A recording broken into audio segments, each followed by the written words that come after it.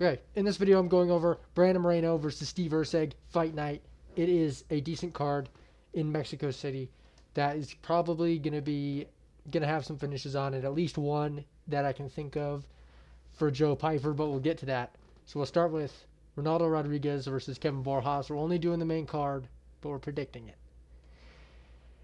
Ronaldo Rodriguez versus Kevin Borjas. So Ronaldo Rodriguez.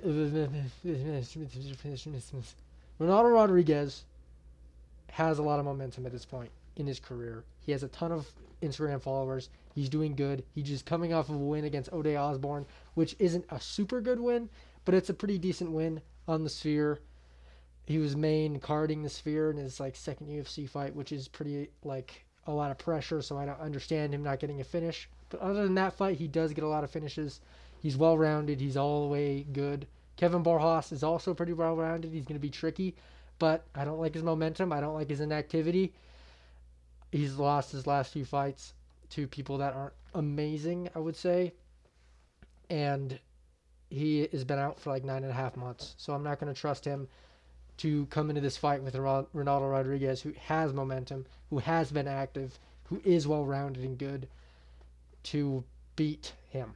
I think Ronaldo Rodriguez will win this by decision. I don't see him really finishing Borjas. He could submit him, but I think Kevin has a pretty good fucking chin, so I don't think he'll knock him out. But I'm going to go with Ronaldo Rodriguez to win this by decision. Close decision probably, but a decision nonetheless. Next, David Martinez versus Simon Oliveira. So, David Martinez is very good. He's 11-1. He's a touted prospect. He's making his debut. He is just overall good and aggressive and clean and good. So, with that being said, I think he's going to win, to be honest. His Contender Series fight wasn't crazy. It was crazy, but it wasn't. He didn't get a finish. But I still rate it pretty highly. Every single one of his other fights is a fucking finish. Not every single one, but he gets a lot of finishes and he's very aggressive. Simon Oliveira is coming off of a loss, and I just don't rate him as highly. He's coming off a TKO to Daniel Marcos and then a decision to Tony Gravely. I don't rate that super highly. He's not won a fight in the UFC yet. So in terms of, they're basically, Simon's tested himself against UFC comp and he's come up short. David Martinez hasn't yet, but he looks fucking good and he has a ton of momentum. So a lot of these fights are going to be momentum based, and I think David Martinez has it. He has all of it. I think he's going to win by probably finish, to be honest. He's going to come out strong. He's younger than Simon Oliveira by a pretty large margin, I'm pretty sure. Yeah, he's 26. That's insane. I think if anybody's improving at all, it's David, and I think he's going to go in there and make this look pretty easy. First round finish, probably. He's aggressive. He's clean on the feet. I think he's going to knock out Simon Oliveira, who hasn't won a fight in the UFC. So yeah, next. Raul Rosas Jr. versus Vince Morales. So this one is tricky for Raul Rosas Jr. And he lost to Christian Rodriguez back in the day. I don't 100% know if Raul Rosas will get past Vince Morales, but I feel like they are kind of giving Vince Morales for a decent reason. Vince, to be honest, hasn't won a fight in fucking forever. I don't know. Oh no, he has. Never mind. What am I talking about? Wait, what? No, he hasn't. He hasn't won a fight in the UFC. He's not doing great. He lost to Taylor Lapilus and Elijah Smith. He's just not. He's overall not great, but he is tricky. He's pretty well rounded. He's 16-9 though, and Raul Rosas is young. He's getting better. He's only 20. He's gonna improve. And if favoritism comes to play, it'll be Raul Rosas. Same with Ronaldo Rodriguez versus Borjas. Favoritism will be for Ronaldo Rodriguez, for David Martinez, for Raul Rosas. It just makes sense to pick these fighters if it's going to be close. Raul Rosas Jr. is getting better. He can grapple. Vince Morales is pretty good everywhere. I don't see Raul Rosas finishing Vince Morales, but I do see him winning this fight by close decision, basically.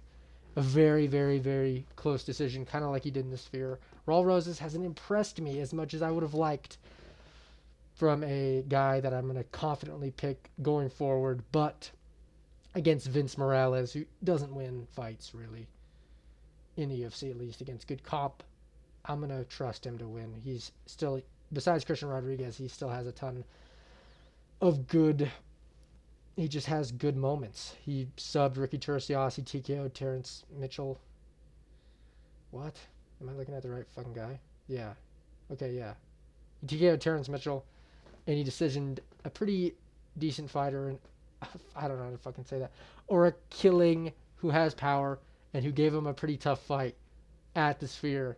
But he did win, and he's only fucking 20. He's probably going to be improving, while Vince Morales is definitely, at this point in his career, I doubt he's improving by very much. He is 34. So if I'm going to trust anybody to have the edge everywhere in this fight, it'll be Raul Rosas Jr. I don't see Raul Rosas getting finished ever. His chin is like, I don't see him be, it would be really funny for him to be flatlined, knocked out, to be honest, to see him flatlined, but I don't think it's possible. For some reason, I just feel like Raul Rosas' his chin will never be cracked, ever. I just have that feeling just by looking at his ugly face. But with that being said, also Renato Rodriguez is ugly too. His gum situation is crazy, but that's neither here nor there. Raul Rosas Jr. His chin is probably diamond, crazy superhero chin, and Vince Morales probably won't get knocked out either. Raw, if anybody's gonna get a submission win, I think it'll be Raul Rosas, and if anybody's gonna get a close decision edge, it'll be Raw. So I'm gonna go with him probably by decision. Next, Kelvin Gastelum versus Joe Pyfer. This one is very, very, very, very, very easy to predict for me, at least. Kelvin Gastelum is not committed to the game at all at this point in his career. He keeps fluctuating from middleweight to welterweight, and now he's staying in middleweight. And I would bet money that he'll still miss weight. He's just not committed to the martial arts field in any way, or the staying in shape field, to be honest. He has never been in incredible shape throughout his whole career, but at this point, it's just not where you need to be UFC fighter caliber, at least in these lower weight classes. Maybe if he moved up to heavyweight, it would be a different story. But he's definitely not getting better. He's 33. He's coming off of losses that are embarrassing, not like super embarrassing because it's not that bad of comp. Like he lost to Sean Brady, Jared Cannonier, Robert Whitaker, Hermanson, Darren Till, Izzy. So these aren't like horribly bad wins to have because these are pretty good fighters. But at the same time, he's just not getting any better. And Sean Brady made him look like shit on the ground. And Joe Pyfer is a very good grappler. And I see him going in there. I see him knocking out Kelvin Gastelum. I see him giving him his first knockout after having a lot of success clinch game and grappling wise. I think Joe Pyfer will utilize that heavily. But at a certain point, I do see Kelvin, he won't stand up. He'll get grapple fucked. But I see a round separation, and I see Joe Pyfer faking a takedown or something and blasting him up. Joe Pyfer has a fucking ton of power. I know Kelvin beat Daniel Rodriguez in his last fight. I'm pretty sure that was a robbery, if I remember correctly. Maybe it wasn't. I think it was, though. I think Daniel Rodriguez edged that one out in my brain. But Joe Pyfer, besides the Jack Manson loss, has just looked solid. He has crazy knockout ability. Against Marc-Andre Barriol, he left him fucking face planted in the ground. He submitted Abdul Razak Hassan, and he decisioned Gerald Mearshart in a grappling match, which is impressive because Gerald has pretty good grappling. He also knocked out Gerald Mearshart in the UFC. Overall, he has the grappling credentials. He has the striking. He doesn't have amazing striking technique, but he has the power. And if it gets scrappy, I know Kelvin has power, but he's not that guy anymore. He's not the guy who closely edged out Izzy, almost won that fight against Izzy. That is such a bad look for Izzy in hindsight. And the hints were in the air that he was not as good as we thought at that time. But I think this is a clear win for Joe Pyfer. I think he'll dominate any field he really wants to go into.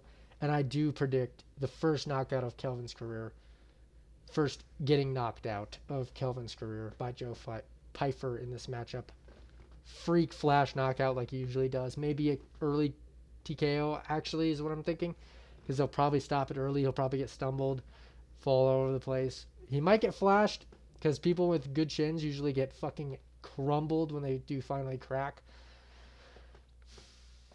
But I think it's just clear for Joe, no matter how you look at it. So Joe Pyfer's going to win by knockout after success in the grappling. That's my thoughts. Next, Manuel Torres versus Drew Dober. So I really want to pick Drew Dober. I think Drew Dober is very good, and I think he will put a pressure on Manuel Torres that is going to be hard to deal with. Drew Dober has a pressure of it for himself. He can move forward and throw punches. That's pretty much what he can do. And he clinches sometimes and wrestles sometimes. He is very one way, I would say. He's a wild striker, I would say, but he's not dynamic, and he doesn't have a lot of tools in his bag. While Manuel Torres is younger, every single stat in the book is better. He's taller, he's rangier. He has one loss against Ignacio Bahamondes recently, at least, by knockout. But Ignacio Bahamondes is proving to be very good. He's proving to be a problem for anybody, especially his height is a big problem for anybody. But besides that, he subbed Chris Duncan. He knocked out Nicolas Mata. He knocked out Frank Camacho. And then he's knocked out or submitted pretty much everybody on the regional scene. And the only two other losses he has are by submission. And Drew Dober isn't fucking submitting Manuel Torres in this fight. So sadly, I'm going to have to go with Manuel Torres to win. I think he's younger. I think he has the tools to beat Drew Dober, who's just been losing more often than I would like to see, and his chin has been getting a little bit more cracked recently. He's gotten cut open. He had a cut open stoppage to Gene Silva where he cut him bad and beat him. He has a loss to Renato Moicano by decision, which isn't a horrible loss at all, but it's still a loss. He knocked out Ricky Glenn. He got TKO'd by Matt Frivola, which in hindsight is a fucking bad look, to be honest. So, I think Manuel Torres I think he'll just win. To be honest, I think he'll be a little bit crisper. His technique striking wise will be better. And I think when Drew Dober's coming in with hooks, Manuel Torres will be shooting stuff straight down the pipe. And he has vicious knockout ability. He has very insane finishing potential. And if you're not a super tall guy, you don't really beat him on the feet, or at least not yet. So, sadly for Drew, I think this is about to be his little end stretch in his career. I hope he wins. But I'm going to go with Manuel Torres to win by decision or knockout. I'd say a late knockout, to be honest. Next, the main event. Brandon Moreno versus Steve Erceg. For some reason, this one is interesting. Very interesting indeed. I think Brandon Moreno... I have a weird fucking feeling that Brandon Moreno isn't the same guy as he was that was fighting Pantoja and was fighting Figueiredo even. His fight against Brandon Royval looked weird to me. It looked slower. It looked weird. And Amir Albazi is just not that good, I think is what we're figuring out a little bit. I mean, he's good. I just have a weird feeling that Brandon Moreno is going to slow the fuck down. And I really rate Steve Erceg's win against loss against Pantoja. I really rate it very highly because Steve Erceg, I thought he won that fight, and I will stay with that. I'm an Ercel, goddammit.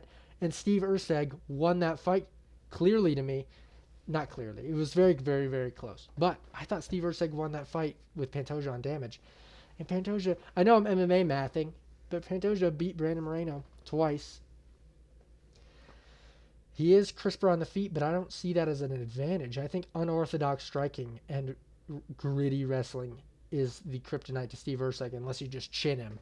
Which, sadly, that's the last thing on his record that he did, isn't it? He got chinned by Kai Kara France very quickly into their fight, which is horrible. I hate that I have to feed that into my